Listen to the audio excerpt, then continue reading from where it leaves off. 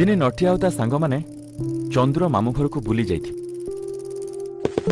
ଦିନଯାକ ବହୁତ ମଜାମସ୍ତି କରିଲେ।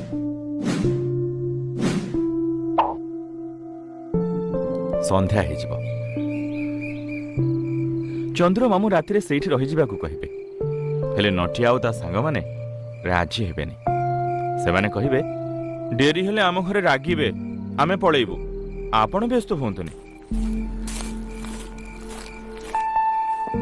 ଚନ୍ଦୁମାମୁଁ ମନା କରିବା ପରେ ବି ସେମାନେ ସନ୍ଧ୍ୟାରେ ଘରୁ ବାହାରିବେ। ବାଟରେ ଅନ୍ଧାର ହେଇଯିବ। କିଛି ବାଟ ଗଲା ପରେ ସେମାନେ ଦେଖିବେ ଆଗରେ ଗୋଟେ ବାମନ ଲୋକଟେ ଠିଆ ହେଇ ଲିଫ୍ଟ ମାଗୁଛି। ସେମାନେ ତା ପାଖରେ ରହିବେ। ଗେଣ୍ଡୁ ପଚାରିବ, କୁଆଡ଼େ ଯିବ? ଏତେ ଅନ୍ଧାରରେ ଏଠି କ'ଣ କରୁଛ?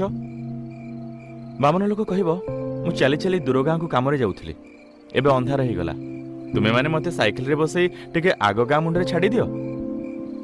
ନେଉଳ ବାମନକୁ ତାତ୍ସଲ୍ୟ କରି କହିବ, ବାମନ ଲୋକଟା, ସେଥିପାଇଁ ବୋଧେ ଜୋରରେ ଚାଲି ପାରିଲାନି, ଦିନ ଥାଉ ଥାଉ ଘରେ ପହଞ୍ଚି ପାରିଲାନି, ଦୁଃଖ ତ ତା ଭାଗ୍ୟରେ ଲେଖା ଆଉ। ବାମନକୁ ତା କଥା ବହୁତ ଖରାପ ଲାଗିବ। ସେ ମନ ଦୁଃଖ କରିବ।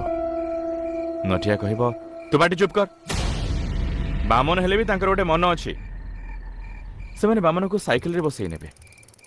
କିଛି ବାଟ ଗଲା ପରେ ଡାଙ୍ଗ ବାମନକୁ ପଚାରିବ, ତୁମେ ବାମନ କାହିଁକି ହେଲ? ତୁମକୁ ତ ଝିଅ ମିଳୁନଥିବେ ବାହାଘର ପାଇଁ? ସବୁ ପିଲା ହସିବେ।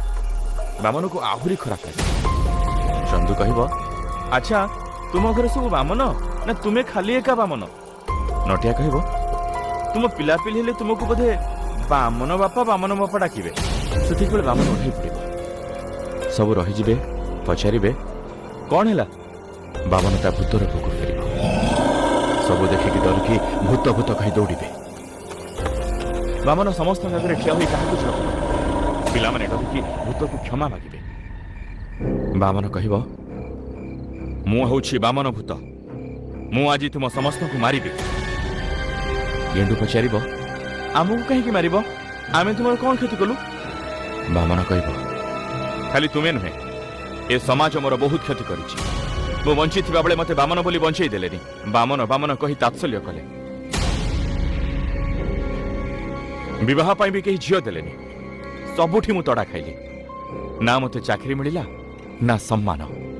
ଶେଷରେ ମୁଁ ମାନସିକ ଭାରସାମ୍ୟ ହରାଇ ଏଇ ଜଙ୍ଗଲରେ ଆତ୍ମହତ୍ୟା କଲି। ହେଲେ ମୋ ଆତ୍ମାକୁ ଶାନ୍ତି ମିଳିଲାନି। ଯେଉଁମାନେ ମୋତେ ବାମନ କହି ତାତ୍ସଲ୍ୟ କରୁଥିଲେ, ମୁଁ ତାଙ୍କଠାରୁ ପ୍ରତିଶୋଧ ନେଲି। ଆଉ ଆଜି ତୁମେମାନେ ବି ମୋତେ ତାତ୍ସଲ୍ୟ କଲ, ତେଣୁ ତୁମେମାନେ ଶାସ୍ତି ପାଇବ। କାହାକୁ ଛାଡ଼ିବିନି। ନଟିଆ ଭୁଲ ମାଗିବ, ଛାଡ଼ିଦେବାକୁ ନେହୁରା ହେବ, ହେଲେ ବାମନ ଭୂତ ଶୁଣିବନି। ଭୂତ ସମସ୍ତଙ୍କୁ ଶୂନ୍ୟକୁ ନେଇଯିବ।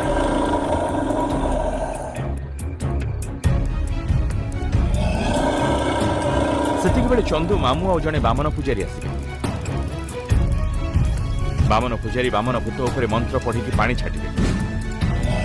ସବୁ ତଳେ ପଡ଼ିବେ। ବାମନ ପୂଜାରୀ କହିବେ, ମୁଁ ଜାଣିଥିଲି ତୁ ଏ ପିଲାମାନଙ୍କୁ ହଇରାଣ କରିବୁ। କାହିଁକି ଆଉ ଏମିତି ଅଶାନ୍ତ ହେଇ ବୁଲୁଛୁ? ମୁଁ ଜାଣେ ଜୀବନରେ ତତେ ବହୁତ କଷ୍ଟ ମିଳିଛି, ହେଲେ ଦେଖ, ମୁଁ ବି ଜଣେ ବାମନ।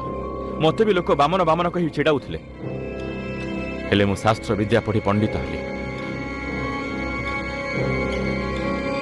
ଲୋକଙ୍କ ସମ୍ମାନ ପାଇଲି।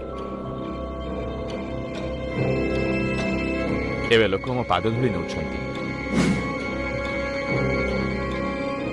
ତୁ ଯଦି ଜୀବନରେ ଟିକେ ସାହସ ଦେଖାଇ ଆଗକୁ ଯାଇଥାନ୍ତୁ, ତେବେ ତତେ ବି ସମ୍ମାନ ମିଳିଥାନ୍ତା, ହେଲେ ତୁ ହାର ମାନିଗଲୁ। ବାମନ ଭୂତ ପୂଜାରୀକୁ ଭୁଲ ମାଗିବ। ସେ ନିଜ ଭୁଲ ବୁଝିପାରିଛି ବୋଲି କହିବ। ଆଉ କେବେ କାହାକୁ ହଇରାଣ ନ କରିବାକୁ କଥା ଦେଇ ମୁକ୍ତି ପାଇବ। ନଟିଆ ଆଉ ପିଲାମାନେ ପୂଜାରୀ ଆଉ ଚନ୍ଦୁ ମାମୁଁକୁ ଧନ୍ୟବାଦ ଦେବେ। ମାମୁଁ କହିବେ, ମୁଁ ମନା କରୁଥିଲି ଆଜି ଆଉ ଯିବାକୁ, ହେଲେ ମୋ କଥା ଶୁଣିଲନି। ଯାହା ହେବାର ଥିଲା ହେଲା, ଚାଲ, ଏବେ ମୁଁ ତୁମକୁ ଘରେ ଛାଡ଼ି ଆସୁଛି। ଶେଷରେ ଚନ୍ଦୁ ମାମୁଁ ପିଲାଙ୍କୁ ନେଇ ତାଙ୍କ ଘରେ ଛାଡ଼ି ଆସିବେ।